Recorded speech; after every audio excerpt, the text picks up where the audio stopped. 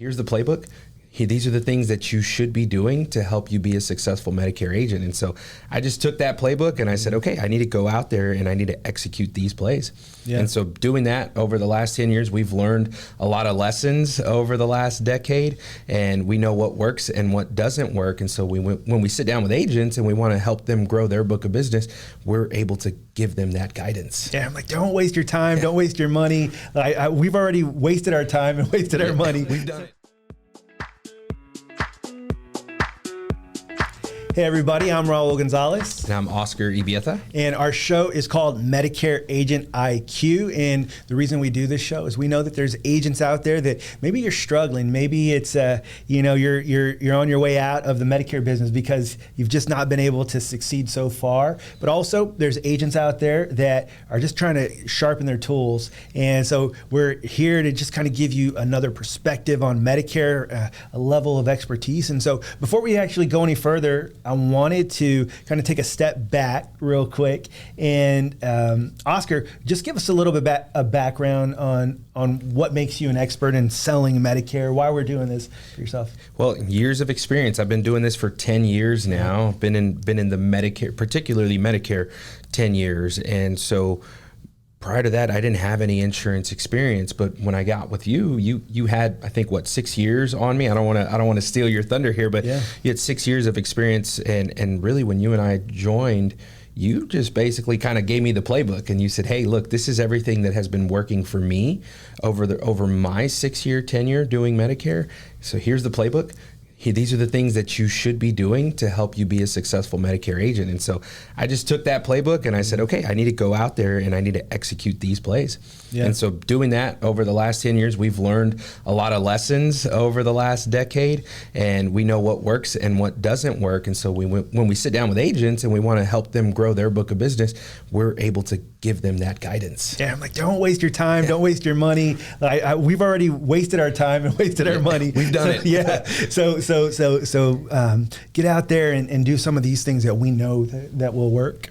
So my story is very similar. Well, I've been doing this now for 16 years. Started as a captive agent at Humana back in October of 2007, and they sent us out for 3 weeks for a training in Louisville, Kentucky, and you come back and they're like, all right, get out there and make some sales. And 3 weeks is fantastic. It is really good training, but you really start learning once you get out in the field. And so went through, did a lot of things, put in a lot of work to kind of figure out this business, how to be successful.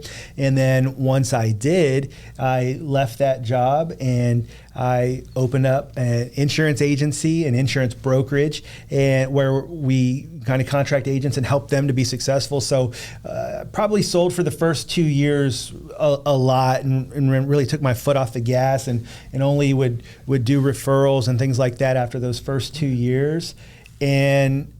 But now I spend a lot of time helping agents to be successful, giving them, hey, this is the right thing for you to do, and we'll sit and do one-on-ones with agents and figure out where they're struggling. And so I'm still doing a lot of that, even though I'm not actually out there selling every day anymore. So, hey, so let's go back real quick. And so what we're going to do today is a little different than we normally do. We're not going to have just one subject. We're going to ask and kind of go through and ask some questions that we get a lot, some questions that we've gotten on. And by the way, follow us on Instagram. We're recently on TikTok now. That's brand new for me. I'd never been on TikTok, but Medicare Agent IQ is on TikTok. We're also on Instagram, Facebook, and of course YouTube. And so do us a favor, like us, follow us. So we hope to put out regular content, some good content to, again, very similar to this, to help you to be successful. So, while we do that, let's go ahead and just ask each other some questions that we've gotten from those.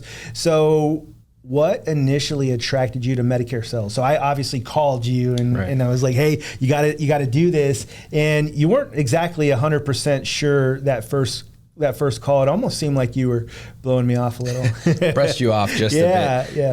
I didn't have any insurance background. I knew nothing about insurance. I was newly licensed, and I got into the industry. I was recruited by an Aflac recruiter. So I thought it was, agents make the best Medicare agents down the line. Also, by the way, they have a good training program. They do. But that's how I got into the industry, right? I thought it was an interview. Turns out I was recruited into the Aflac business. But then shortly after that, I met you, and you explained to me, how the Medicare business works, and really, like most agents, the reason that what attracted me was the residuals, the renewals, right? It's a renewal business, and so I thought to myself, but there are other things. The fact that you can be your own boss, right? You're an independent agent, you're an entrepreneur. I've always had an entrepreneurial spirit. My dad's an entrepreneur, and so I just saw him being his own boss growing up, and I liked that, right? And I said, when I get older, I want to be my own boss. And really, initially, the plan was to take over the family business, the restaurant business, but that changed, right? And now I'm in the insurance business, but I'm still an entrepreneur, right? And I can quote unquote, I can make my own hours, but we know that if you want to succeed, you've got to put in a lot of hours. A lot more than that, yeah. But it's the idea of being an entrepreneur, being self-employed, being my own boss, and the residuals, of course. And so the beauty of it is, here we are 10 years later, and I'm still getting paychecks on clients that I enrolled 10 years ago. And that's the best part. That's why I always tell people that's why we're in the Medicare business, is those renewals. So another question that I have real quick is, what is a common misconception that people have just about Medicare in general? What is something that you see a lot? When agents are out in the field meeting with people, I thought Medicare was free. I thought it didn't cost anything. I thought it covered everything. So one, they think it doesn't cost anything, but two, they think it's 100% coverage. And then it turns out to be a surprise that it doesn't cover anything, right? It only covers generally 80%. You've got to cover the remaining 20%. Doesn't cover prescription drugs, and there's a monthly premium to it. And so it always, a lot of times it comes off as a shock, and then they're kind of, they get hit by that. Blame's on you, right? Right. And it's like, well, what am I supposed to do? And so I always kind of put their mind at ease, and I say, well, really, that's why I have a job. It's my job to sit down with you and explain all the different options that you have, and I'm going to help you understand what this Medicare thing is, how it works, and what your options are. Yeah.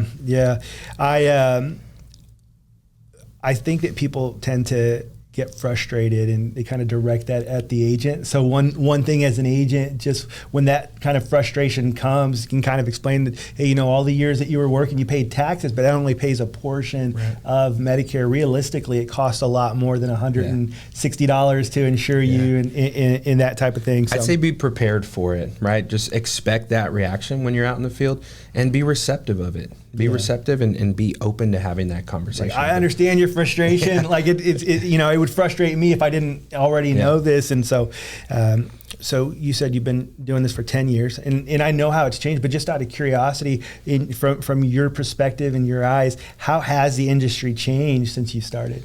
It's changed a lot, and I would say for all the better, right? Every year, CMS has their rules and the updates that are coming, and of course we're in those meetings, and we're so upset about what's coming. But then there's also some excitement that comes along with it. And I remember back when I first started, everything was a paper application. Right. So during AP, you're out running appointments all day long. And then you're at the office at 8 p.m. and you're faxing, and you're waiting for 10 pages to go through, and it just takes then sometimes it doesn't go through, so you've got to refax it, and you only had so much time to fax it in and send it over. The worst part, I remember I had to run an appointment that was with somebody who was maybe 3 hours outside of where we live, and I forgot to get a signature somewhere. I had to go all the way back. I had to drive 3 hours to get that signature, and then go basically rewrite the application and come back. So technology is a beautiful thing, right? Everything is electronic these days, and we have all these platforms that really just streamline and make things easy for our agents. But I want to take a second to talk about the 48-hour scope of appointment rule that's coming back, right? If you're fairly new, relatively new to the business, the 48-hour scope of appointment thing it's brand new, and it's a little bit of a shocker to you, but that was normal back when we were, when I first started, when you were in the business. So if I wanted to meet with somebody, if I got a referral, I'd have to drive to their house, have them sign a paper scope of appointment. I'd leave their home, and I'd have to come back 48 hours later. I had to have permission to do that. I'd send it snail mail. Would you? Yeah. I would put it in the mail and say, hey, look, this is coming out to you. Yeah. Yeah. So nowadays, and it's coming back. Nowadays, it's very easy. Most major, Medicare FMOs at this point, being that we're all in the electronic age, they will have an option for you to shoot it via email, and that makes life so much easier. We even, with the one that we have, it's via text message. Just quick text message, and then you've got it. And as long as they have a smartphone, they can do it. So it's obviously, it's for some agents going to be frustrating that you got to wait the 48 hours. But realistically, what it is there's just way too many complaints that are happening right now. And so the CMS is just doing what they can and just kind of throwing things up. It seems like kind of up in the air. How can we stop this? How can we stop the complaining and the kind of the frustrations? And that's one way to do it. Yeah. So got a question for you. Right. You've been drilling me with the questions. So what role does continuing education play in staying competitive in Medicare sales? Yeah, you know what? Let's clarify too, because I think that obviously continuing education you have to do to keep your insurance. Yeah, license, not for right? that. Yeah. So a little clarification on that, but as far as continuing education goes, I think it's so important for agents to, if you want to be perceived out there as a Medicare expert with the ever-changing landscape. We just talked about how things are just changing. I mean, we're full circle now with the scope of appointment, right? So with that ever-changing landscape, you have to spend the time to just continue to sharpen your tools, listen to content like this is super important, right? So whether it be us or one of the other podcasts out there, you've got to stay on top of those types of things in order to stay sharp. I would say that in general, I like to go to our upline and see they put out just 2024 compliance updates, and I'd like to read through it all. One of the hard parts is reading through the Medicare marketing guidelines. They stopped doing it where they used to put out a brand new one every year. Now they're doing it kind of like laws are written, where they're like, there's a change to section 23, number 1, and they're putting it out that way. So it is easier nowadays to kind of just go to your upline, go to the carrier and get your compliance updates. But staying on those things, we were just at a Medicare summit that United Healthcare put on for agents. It's just compliance updates. Here we go. But you got to be at those things. You got to learn, because if you're not keeping up with those things, you will fall behind. And then all of a sudden, and this has happened to me, to be honest. I mean, gosh, I want to say even on the podcast where I'm like, if you're not doing it, you're not staying up to date, where you could give some misinformation that has just recently changed, and you hate kind of having egg on your face in those types of situations. I think I had that with how they're doing and this is a recent change for the general enrollment period. When someone signs up for Medicare late, they don't have to wait till July 1st to start, and that's a recent rule change. And so we got to keep up with those things so we don't look like we're not the experts that we're kind of claiming to be. So yep. Got another one for you. All right. So you've been in the business for 16 years and been doing it a long time. So over the course of your career, what's one of the biggest challenges that you've had to overcome?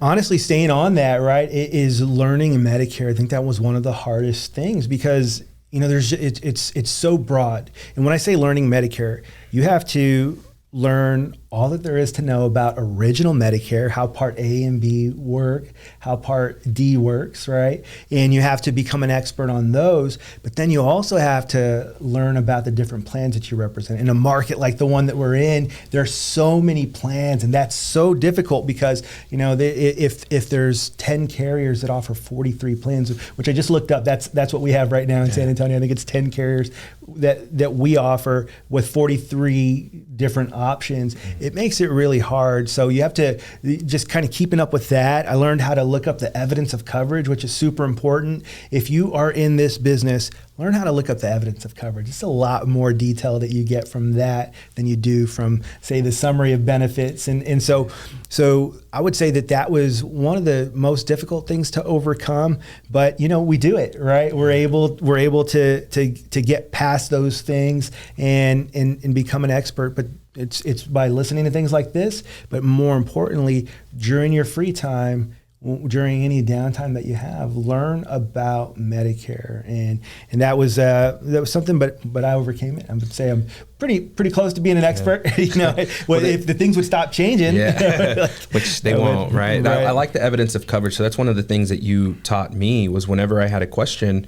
If you didn't know the answer, what would you do? You'd go to the evidence of coverage. So I think you taught me like, hey, look, whenever I don't know something, this is what I do. This is where I go to search for my answer. And it's just you download the document and then you can search for keywords. And so I started learning how to do that. So agents that are out there and you're trying to learn, right? What can I be doing to learn how to get familiar with downloading the evidence of coverage and searching keywords. So if there's something that you're curious about, because the summary of benefits only gives you so much information. It's what, 15 pages, but the evidence of coverage is usually around 250 pages. So you're going to get detailed information on the specific benefits that are covered by the plan. Yeah, absolutely. I'm going to throw one right back to you. And first of all, I'm going to preface this with a little bit about Oscar. So Oscar's a friend of mine. We, at first he was an agent. I always say I've known Oscar for 10 years and we've been friends for about 5. Yeah.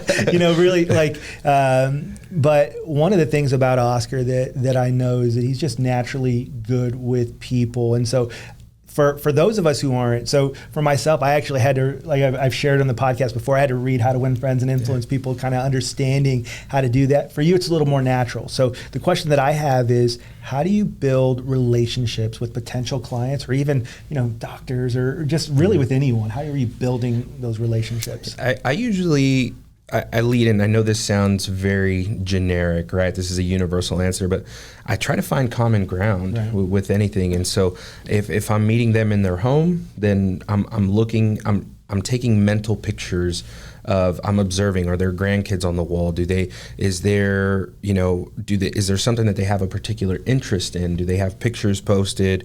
Do they have certain decorations, maybe pay them a compliment, and then just ask them and really kind of try to open up the door to give them an opportunity to tell them a little bit about themselves over to me. And so that just, especially if they're a complete stranger, it helps us build a relationship, right? It just gives them an opportunity to talk to me, and it shows that I'm taking interest. But the important piece here is taking a genuine interest, right? Don't just walk in the home and say, "Oh, I love that couch. Where'd you get it?" You know, it's there's got to be more to it, and so I will, I'll let them into my life a little bit too, right? I'll go in there and I'll say, "Oh, I love the grandkids. Do you get to spend any time with them? I've got a little one at home.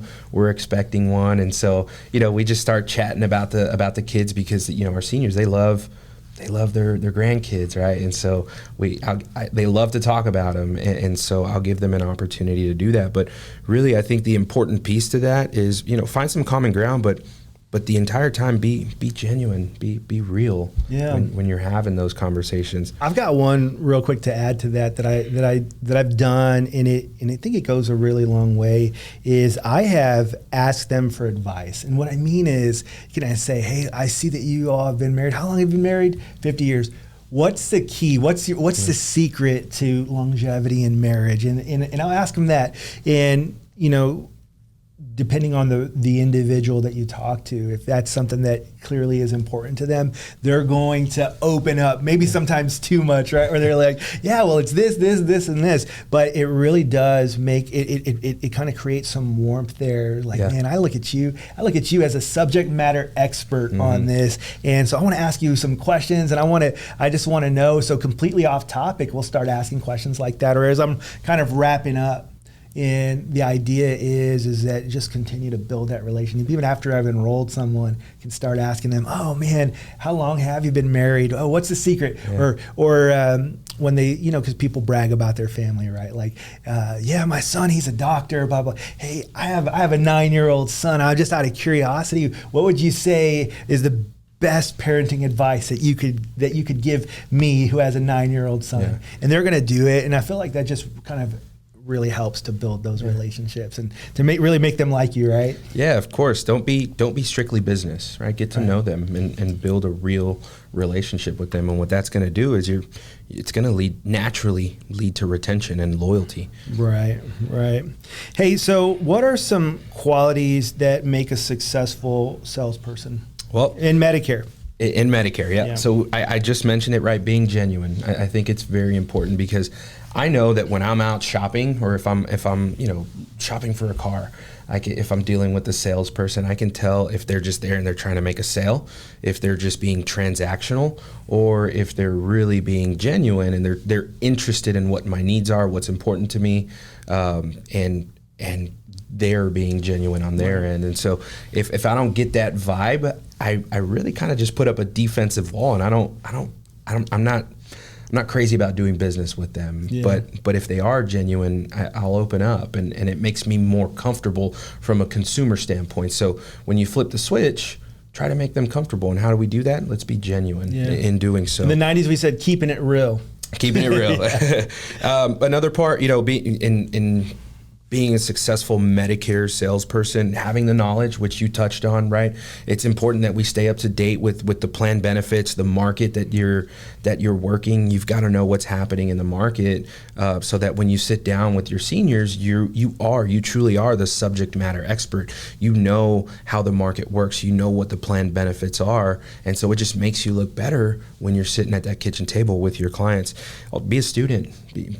Show up go to those summits when you get those invitations from the carriers where they've got ongoing trainings and continuing education. Make it a point to show up to those. Don't just be, I've had some conversations with agents where if they're not out there selling, they don't feel like they're being productive and like they're working.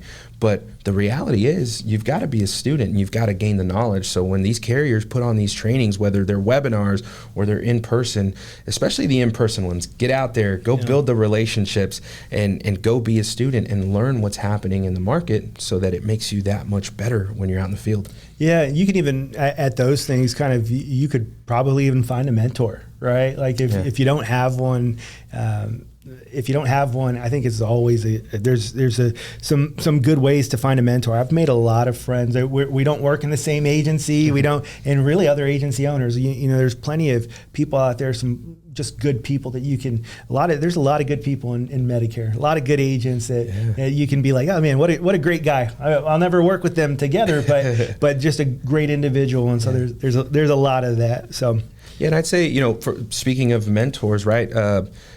I would hope that your upline is a good mentor, because I know that. So you were my upline, right? When I got started, and I've always looked at you as a mentor in the business, and so I mean, to be honest, I don't know where I'd be if it wasn't, in the Medicare world, if having a good mentor like you saying, hey, look, this is what I have done. This is what has worked for me in the past. And when I was struggling, when I was getting rejected or things just weren't going my way, you were there to have conversations with me. Well, what are you doing when you're out there? How exactly are you executing? What's happening when you're meeting with people? What can we fix? What can we tweak? Because the playbook's here and you're running the plays. If they're not working, let's figure out what the problem is and let's make some adjustments. So dealing with rejection, right? If how would you handle a rejection, right? When you were out in the field selling, if you lose a sale or you go and they tell you no, how would you handle that? Yeah, the simple response to that is, it's on to the next, right? And that's truly the way that it feels. But I also recognize that there's times when you're like, oh man, I really needed that sell, or I'm really struggling here. We've talked to agents that have said, oh man, I've gotten like 6 no's in a row. I don't, when will I ever get a sale again? I think for me, it's really important that I choose the words correctly. And I'm not going to say that because I want my mind to line up the correct way. I'm not going to say, well, I guess I'm just never going to make another sale or something like that. I'm like, man, I'm going to get that next one, and I'm going to get a lot more. Realistically, on a lot of those, if you don't get a sell, if you're an independent agent, if you represent all the carriers, you don't get a sell, it's true because they're truly in a better place on staying with what they have most of the time, right? So for me, I'm kind of like, man, I'm just glad that they're in the right situation for them, and let's go ahead and we'll find some other people who aren't in that right situation. And so I'm kind of really just, I think, keeping a positive attitude about those things and saying, hey, man, I'm not gonna be worried about this. I'm gonna be fine. So there's a lesson in rejection, right? I think that you can always walk away from something. Of course, if they're truly in a better place and you leave them alone, but I think there's always something that you can take away from that. What could I have done better? What could I have worded differently? So there's always a lesson in rejection. That's how I was looking at it. Right, and ask a mentor, right? And so earlier you said, an upline could be a mentor. I'll say that they're not the only option for a mentor also. Sometimes they've got a lot of different things going on. So sometimes it could just be somebody who has a heart to help other people. And so we even have that within kind of our agency here, where there's people who just take that leadership role and they just enjoy helping other people. Find someone like that, just that can help you and ask those questions. Hey, what could you have done different? Those things, exactly. Yeah. Hey, so how do you... There's a lot of ethics that in this business, right? There's a lot of rules that we have to follow, and we have to make sure that we're being ethical when we're out there. So how do you deal with the ethical aspect of selling Medicare? Yeah, I'm so glad that's one of the questions that we're going through today, because Medicare, there's a lot to it. And when I first started in this, the ripe young age of 27 years old. That's in perspective now. I'm like, oh man, that's pretty young. But I always kind of looked at this and looked at every individual, every senior, as they could be my grandparents. My grandparents were still alive. All grandparents were still alive at the time. And so I've always looked at it like, man, how would I want my own grandparent to feel if they were, if there was an agent there? So I'm looking at it where I'm saying, you know what? I'm going to sleep really well at night knowing that I'm just going to do the best thing for this individual. So ethics to me is something that's really so easy. If you do everything as if you're doing it for your own mother or your own grandmother, it is a lot easier to sleep at night. Because I'll tell you, if I ever get a complaint where someone says that Raul did something unethical, I will sleep like a baby that night, because honestly, I always tell people I'm a compliance nerd, and that's okay. I'm happy to be that way, because you know what? I sleep really well at night knowing that no matter what, nothing's going to happen. So, hey, really the point of this podcast today, and we're going to do it again very similar, is we're going to get out a lot of questions. So here's what I want to do. I want to tell you that if you have questions for us, shoot me an email. Right now it's rgonzalez, RGONZALEZ @tmsbrokerage.com, or you can find us on TikTok. It's Medicare Agent @Medicare Agent IQ, on Instagram, on Facebook, on YouTube. Go ahead and shoot us some more questions. We're happy to answer them. You can send us a direct message or whatever it is. We're going to go through, and so we're going to do this again maybe once a month, where we're just going to go through questions that we've been asked, and we'll go ahead and do it right here. So we thank you so much for your time. We look forward and we appreciate the opportunity really to, we'll say, go into your car on a weekly basis or into your video screen. And so we hope to help people, and that's the heart of this. If you know somebody else who needs help with Medicare, or they're struggling in sales, please send this on to them. Have them subscribe to our channel. We're glad to give as much information as possible. Thanks so much.